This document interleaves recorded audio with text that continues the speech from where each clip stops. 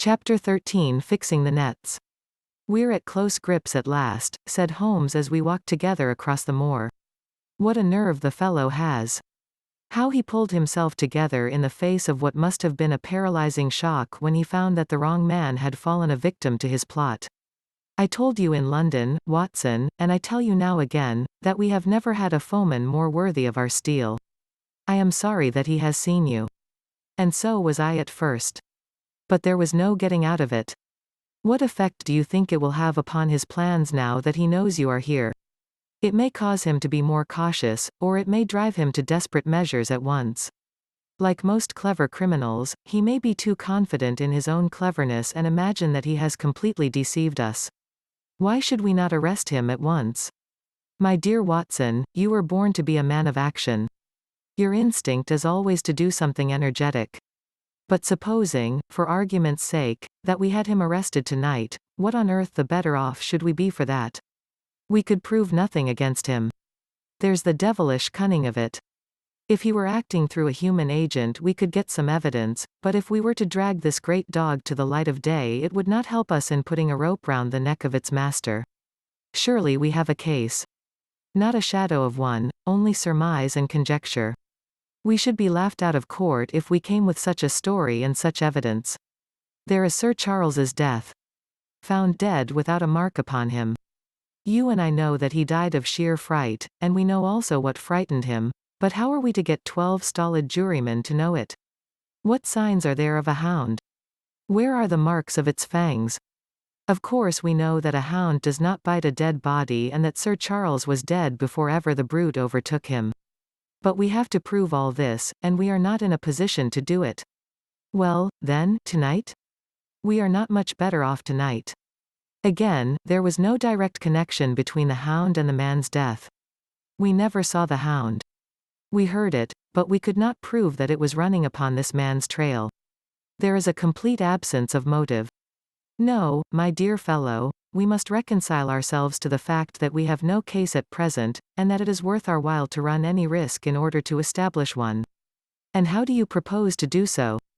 I have great hopes of what Mrs. Laura Lyons may do for us when the position of affairs is made clear to her. And I have my own plan as well. Sufficient for tomorrow is the evil thereof, but I hope before the day is past to have the upper hand at last. I could draw nothing further from him, and he walked, lost in thought, as far as the Baskerville gates. Are you coming up? Yes, I see no reason for further concealment. But one last word, Watson. Say nothing of the hound to Sir Henry.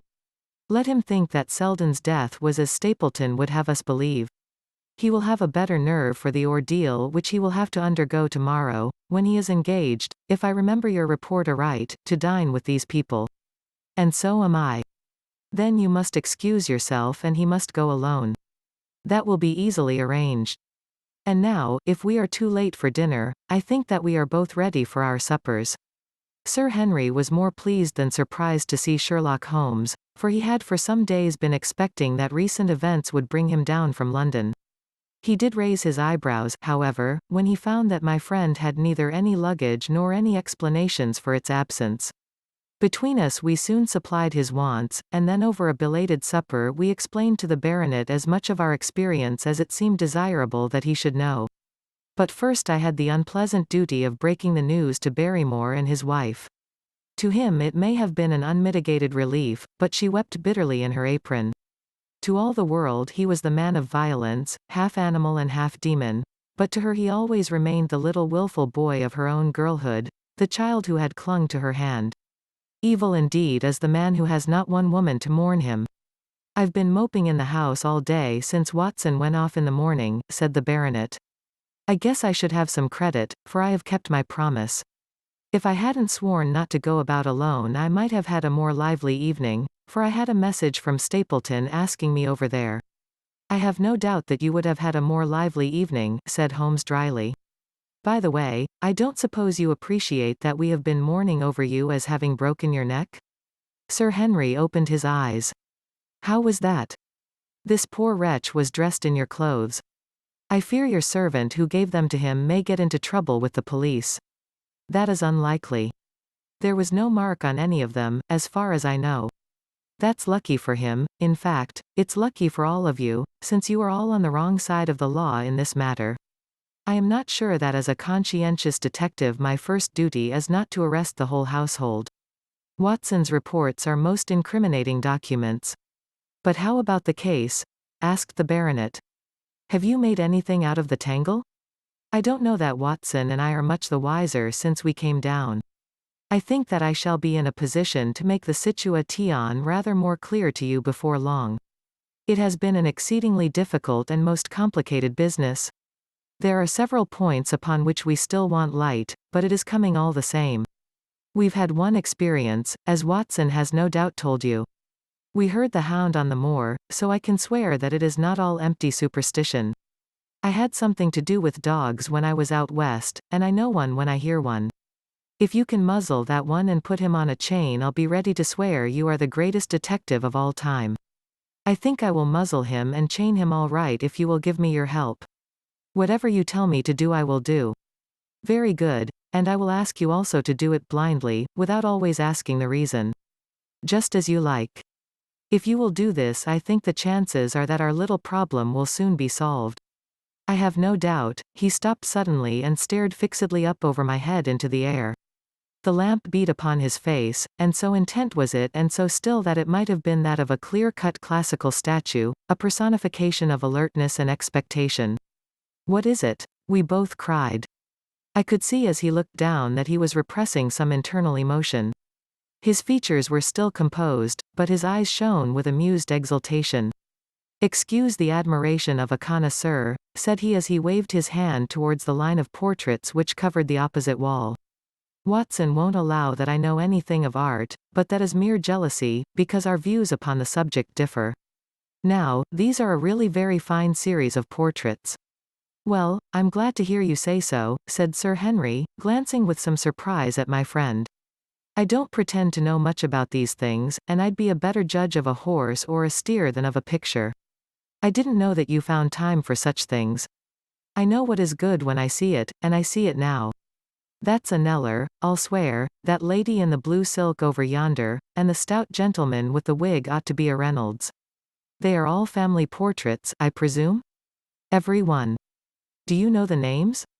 Barrymore has been coaching me in them, and I think I can say my lessons fairly well. Who is the gentleman with the telescope? That is Rear Admiral Baskerville, who served under Rodney in the West Indies. The man with the blue coat and the roll of paper is Sir William Baskerville, who was chairman of committees of the House of Commons under Pitt. And this cavalier opposite to me, the one with the black velvet and the lace? Ah, you have a right to know about him. That is the cause of all the mischief, the wicked Hugo, who started the Hound of the Baskervilles. We're not likely to forget him. I gazed with interest and some surprise upon the portrait. Dear me, said Holmes, he seems a quiet, meek man enough, but I dare say that there was a lurking devil in his eyes. I had pictured him as a more robust and ruffianly person. There's no doubt about the authenticity, for the name and the date, 1647, are on the back of the canvas. Holmes said little more, but the picture of the old roisterer seemed to have a fascination for him, and his eyes were continually fixed upon it during supper. It was not until later, when Sir Henry had gone to his room, that I was able to follow the trend of his thoughts. He led me back into the banqueting hall, his bedroom candle in his hand, and he held it up against the time-stained portrait on the wall. Do you see anything there? I looked at the broad-plumed hat, the curling love-locks, the white lace collar, and the straight, severe face which was framed between them. It was not a brutal countenance, but it was prim, hard, and stern, with a firm set, thin-lipped mouth, and a coldly intolerant eye. Is it like anyone you know? There is something of Sir Henry about the jaw. Just a suggestion, perhaps. But wait an instant.